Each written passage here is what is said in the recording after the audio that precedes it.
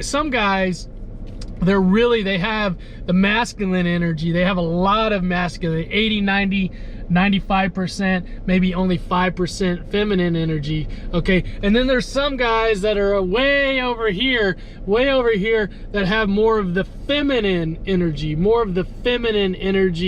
It doesn't have many of the masculine, is not direct and can't take charge and do those things. They're more of the feminine energy, more emotional. We need a guy to be in the middle. And when the situation requires more feminine energy, okay, the guy moves over here, is emotionally mature enough, This struggle got purpose and we grow. So whatever road we have to take next, all I need to know is that we'll roll with the punches.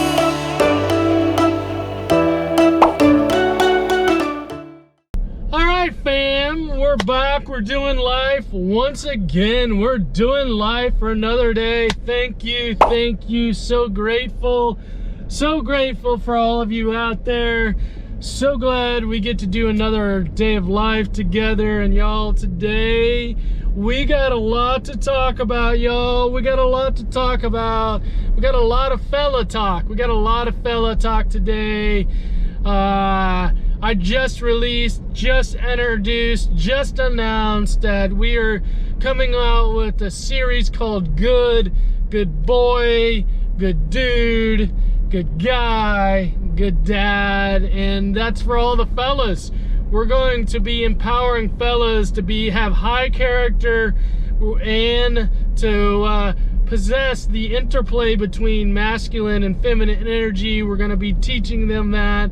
And just good fellas. It's a dream that I've had for a really long time, and we're going to be talking more about that today. We're also going to be talking to fellas and women, right? Fellas and women about the most desirable man. What's the most desirable man? What are the qualities? We're going to be talking about that today, and who knows what else, y'all. So let's go ahead, let's get into it.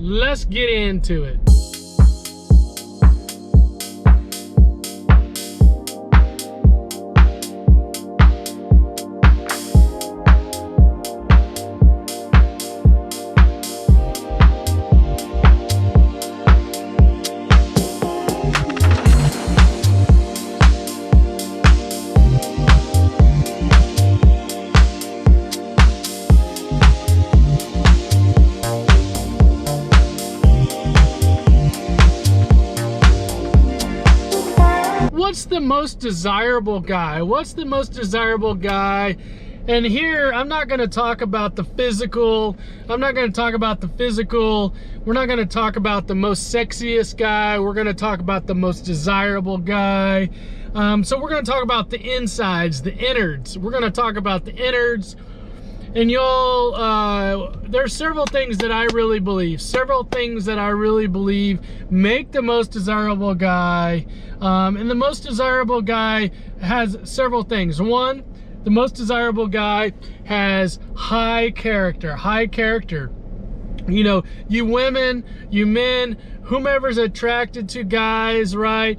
You want someone that has higher character. You want someone that helps you that makes you feel safe and secure. But more than that, you want a loyal person. You want someone that's got lots of energy, lots of zest, lots of curiosity, right? Someone that's got social intelligence. High character really has strong values and morals, right? That's high character right there. That's high character.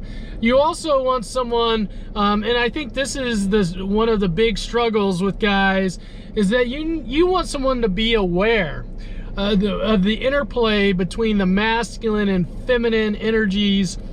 You know, when we think of guys, we think of macho guys, Randy the Macho Man Savage, rah, rah, you know, the Marlboro Man, riding on the horse, smoking a cigarette, Hulk Hogan, the Hulkster, you know, we think about all this masculine energy, but we don't think about as much the feminine energy. And I think the desirable guy, the most desirable guy, possesses both masculine and feminine energy and knows when to demonstrate, when to use that energy in what situations. You know, like RICO SUAVE, okay? Think of RICO SUAVE, maybe FABIO. I mean, what do they have in common? I think they both have long hair, but what I'm gonna go with is I believe that they are men that we typically think of as being a desirable guy, or maybe Brad Pitt. I don't know who your desirable guy is. Matthew McConaughey, excuse me. Whoever it is, right? We're gonna think of masculine and feminine energies and the interplay and high character. Okay, so what do we think, Randy? Like masculine and feminine energies. You know, masculine is direct and it's goal oriented, right? And it's when you think of a guy, it's the guy that's emotionally just grounded and stable. Okay, emotionally grounded and stable. You kind of picture a rock. Sometimes women will say, he's my rock. He's my rock, okay? So that's the masculine energy, the strong energy. You feel safe, physically safe around the man. The masculine energy will be more physical in nature. You know, might be that the masculine man gets the suitcase out of the top bin, or you know, has to open a jar that's really, it's really tight. But guys, ladies, we also need the desirable guy also has the feminine energy, okay? The feminine. So when your mate, your man, your woman, and the desirable guy needs to be able to match the energy. And so when you need him to be soft and caring and loving and kind and patient, right? More of emotion. You need more emotion. The desirable guy knows when to show that emotion,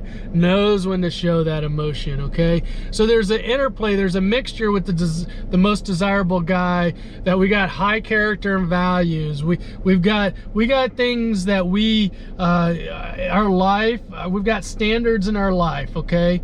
Of things that we want to achieve.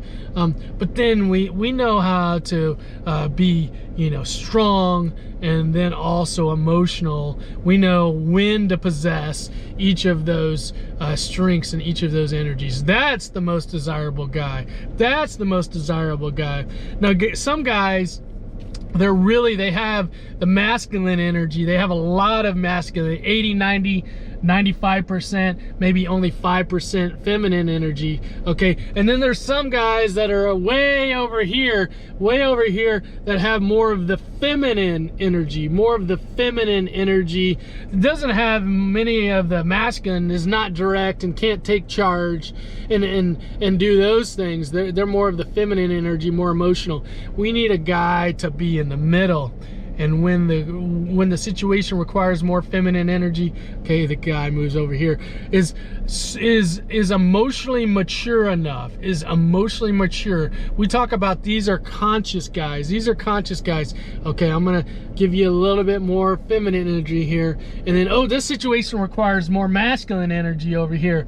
And this is what I'm gonna be teaching guys, is values and have high character, but also in this masculine and feminine energy, okay?